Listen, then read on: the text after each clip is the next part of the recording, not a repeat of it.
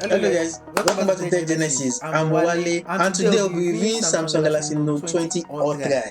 Yes, this is another flashy phone from Samsung. But today it is a reaction, not actually my own review. I'm going to be reacting to Mrwhosetheboss review, and I'm sure you guys know why I'm reacting to it. Last time I reacted to Xiaomi Note 10 Ultra review, and I said I won't react to the Note 20 review. And the reason I said that was because I don't know that the video was not yet out already. Now the video is out. So I thought it's just here for me to react to it and also compare the two phones and see their difference and to see which one is better. I know for sure the Samsung might be a little bit better because in the last video we saw their display, it was really different. The Samsung display is something else, really interesting. And also I hope Mrwhosetheboss will see this video and he will able to compare the Xiaomi 10 Ultra with the Galaxy Note 20 Ultra. I really want to see the comparison of those two phones. I'm really curious to see the major difference between the phone and which one is better. I really want to know. So without further ado, let's get right into the review. Que estamos listos para tu vuelta. I'm going to watch after this video. Now let's get right to the video. So this is the Galaxy Note 20 Ultra. I've loaded it up with applications, I've tested its thermals, its battery, even accidentally its strength. I've taken 435 photos with this camera. So, here's what I think. I still remember picking the phone up for the first time just a few weeks ago and thinking, they've done it. This is how an Ultra phone should feel. And even now that the dust has settled, every time I take this out of my pocket... Does that mean this one is better than the Galaxy 20 Ultra? I'm not really sure. Let's continue watching. I'm internally nodding my head thinking, yeah, this feels right. It could do with being a bit less slippery, and the huge camera module does get in the way a bit when... What I like the best about this phone is the camera module. Though it is really bumpy, but I love the design, and I love the design of the phone. It's something I really trying to game, but I'm nitpicking. For me, it's almost perfect. And I can say that about a lot of things with this phone. The size feels just right. I wouldn't make it bigger because it only just fits in my hand, but I also wouldn't make it smaller, because when you've used a screen like this, you don't want to go back. The thickness feels just right, and though it might not look like it, the weight is surprisingly evenly distributed. The bezels have practically disappeared. The S Pen has finally achieved this original objective of feeling truly like pen on paper, although I am still confused as to why they shifted it to the left of the phone, and the screen is so bright that I couldn't even find a lighting condition in which it wasn't clearly visible. This display genuinely is a masterpiece. You've set a good wallpaper on this phone, and it feels like you're holding an edgeless digital tapestry. And interacting with it is a joy too, because Samsung's haptics are amazing. Plus, it comes with some of the best news that Samsung has ever announced with a new phone, that these phones are going to get 3 years of guaranteed software updates. Wow! Compared to the S20 Ultra earlier this year, they've toned down their marketing, they've toned down their claims, they've toned down their price. That is really nice. Before, I think they are going 2 years. While some major companies are going 3, and I think iPhone is going 5. But Samsung, since they're going 3 years now, is really good. Really good. While at the same time actually delivering more value. So what I'm trying to say here is that this feels like, and I don't use this term lightly, a perfect Samsung phone. Oh, and if you're enjoying this video, by the way, a sub to the channel would be phenomenal. Take the cameras. Now, admittedly, it is tough to get excited about a camera that's almost the same as the one on a phone I ditched a few months ago, but this has one important perk over the S20 Ultra, in that the camera feels lighter, faster shutter speed, quicker, less janky zooming, and way faster focusing thanks to the new laser autofocus module. Not perfect focusing still, but far better. Plus, the phone itself is just physically less heavy, so that contributes to this feeling of lightness. The selfies are good too, aided further by the fact that you can now hold your phone further away than normal and still take a photo by using the S Pen. So these are actually some of the widest selfies you can get right now. It's still not as reliable as the iPhone camera when you're taking portraits, for example, but 98% of the time that I've taken this phone out to capture something, I've been at least satisfied with the result. The 2% of times where I did have a problem were often just because of how this 108 megapixel sensor produces images. Because it has a very narrow plane of focus, I found myself a few times taking photos of things that are closer up, thinking I'd got it completely in focus, when actually a part of it is ever so slightly out of focus. It's a camera system that, while I'm sure it could be better, and one where I'm sure they will find ways to improve it in the future, I've got very little to complain about. In fact, probably my biggest complaint is just the fact that it doesn't seem to know when to switch to the telephoto camera. See, when you're zooming into things, it should switch as soon as you pass 5 times zoom to maintain quality, but sometimes I've had to get to 11 times zoom before the phone finally realizes, oh yeah, we should probably change lenses now. Also, massively underrated feature is the new Samsung DeX. This went from first needing a specialized dock just to work, to then needing just a cable, to now needing nothing. And it's probably one of the use cases that truly shows the power of the phone. Being able to show your photo album while playing a YouTube video and doing 5 other things at the same time really is quite cool. However, the reason I say this is a perfect Samsung phone and not just a perfect phone is that I do have problems with it. There are things I don't like, and pretty much all of those things are just Samsung being Samsung.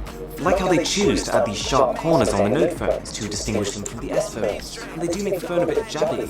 Like how the camera does take amazing photos, but how it insists on smoothing out faces when taking portrait image shots. Like the fact that Samsung software seems intent on making you swallow every single Samsung service available. And it just bundles in so much junk, so much low quality content, which can't be good for battery life either. The game launcher has these game recommendations, and they're straight out of 2014, with a lot of them not even being available in my country. Even for Samsung's internet browser, why are half the recommendations in what I can only assume is Korean? Also, Samsung have just made their phones quite confusing. In some regions, this is a 4G phone. In others, it's a 5G phone. In some regions, you get the Snapdragon 865 Plus chipset, literally the best that Android has to offer. But in other regions, you get the Exynos 990, which why is Samsung still doing that? Why are they still giving Exynos? I think that is unfair to some people buying this Exynos. It is really unfair. I don't know in Spain, I don't know if they have the Snapdragon or Exynos. If I want to buy a phone now and it comes with Exynos chip, would it be fair if I buy a cheaper phone that will have a very good chip than Exynos? I really don't like that. I think Samsung is biased. If you want to put Exynos on your phone, put it on your phone and make it to be used worldwide. And if it is Snapdragon, put it on your phone and make it to be used worldwide. Not giving some people a bad chip and also giving some a good chip. That is really unfair to the users buying this phone, and they are buying it for almost the same price. It is really unfair. If you want them to be Exynos, let it all be Exynos. If you want to be Snapdragon, let it all be Snapdragon. It shouldn't be unfair. This is unfair. Snapdragon from last year. For some people, the base model will have 256 gigs of storage. Great, but in others you'll get 128. I find out that if you live in some regions like Pakistan, or if you go for the LTE variant, the Note 20 Ultra starts at 8GB of RAM. In 2020, you can get a phone with Lite in its name that has 8GB of RAM. This line is so confusing that if you want to know how good the Note 20 Ultra actually is, then you've almost got to make sure that you only read articles that are coming from the country that you're planning on buying the phone in. Otherwise, you're kind of looking at a different phone. Yes. So the issue that brings to us here in the UK is that the Exynos chip we get is not particularly battery efficient. Day to day, I did feel like it was lasting a little longer than its 20. So now what I'm doing is I giving those in Europe and in the UK, they're giving them the Exynos chip. Why those in America, the Snapdragon? That's unfair. That is unfair. I don't think I will buy it for that one. Just to make sure, I did do a side-by-side with a brand new Exynos S20 Ultra. I set both phones to equal brightness and just cycled through applications. And I mean, the Note was ahead, but very slightly, literally 1 percentage point. So the battery life is good, not great. Then again, from what I've seen from my friends in the US, the Note 20 Ultra over there can last up to an hour more of screen on time. The charging speed is fine, but does slow to a crawl as the battery is nearly full.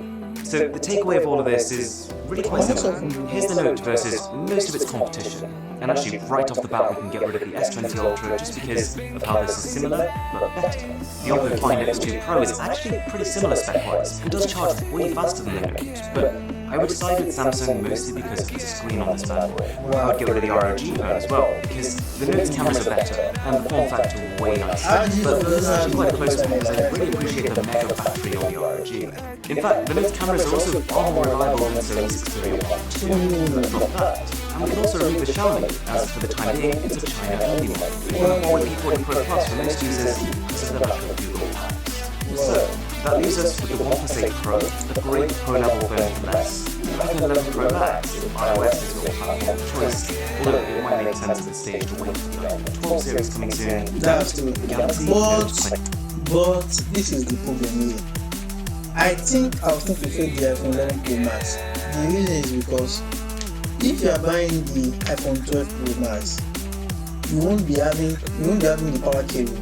I know if you have the power cable before, you don't need to have it again, but at least for the person using iPhone for the first time, they are surely going to need a power cable, and also no earbud and it will still be more expensive than the 11 Pro Max. So I still think it would be better if you buy the 11 Pro Max, because generally you have everything you need inside and you still be getting upgrade. The camera is not bad, so why not buy it? The Ultra as my phone of choice right now, if budget isn't an issue. Providing you're okay with the fact that this is very much a Samsung experience, the way it takes photos, the software, the slight extra Exynos battery drain, then this really is Samsung's pinnacle, the culmination of years of redesigns and problem fixes. It does make me dream about what this phone could have been had we had clean Google Pixel software and Google's image processing algorithm, but we have what we have. And actually, I'm kind of curious, where do you go from here? What is Samsung going to bring us next? Because of how with tech there are diminishing returns to almost everything, people see Samsung increasing screen resolution further or making the refresh rate higher for quite a long time. So I guess I'm just kind of curious where Samsung is going to take these phones in the future such that they're still keeping the average consumer engaged.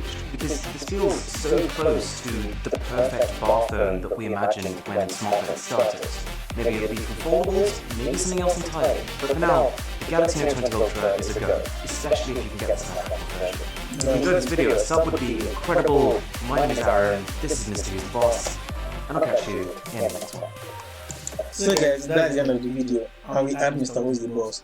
This Samsung is a perfect Samsung. It is really good. What I like the most about the phone is the display. The display is something else. I like the display and I love the design of the phone also. The metallic brown color, I really love that color. The design of the phone and the camera bump. I think I prefer it than that of the Galaxy 20 Ultra. That is my own opinion. I think I really love the design. The way it's really designed it has. I really love it. And one thing I don't like about the phone is the chip. The Exynos chip that they are going to send to some people and send Snapdragon to some people. I think that is unfair. It is really bad. We are paying same money, if not more money, over here and do like America, and yet they are still giving us a bad chip. Why are they doing that? I really don't understand. I think it should be fair for everybody.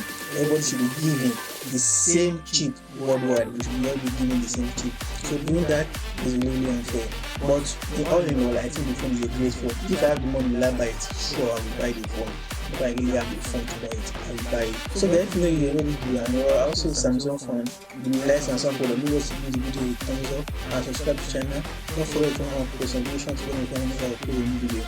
Please guys, I really want to support me so that I can be able to start using my own phone one day. And remember guys, stay safe and stay healthy. Peace.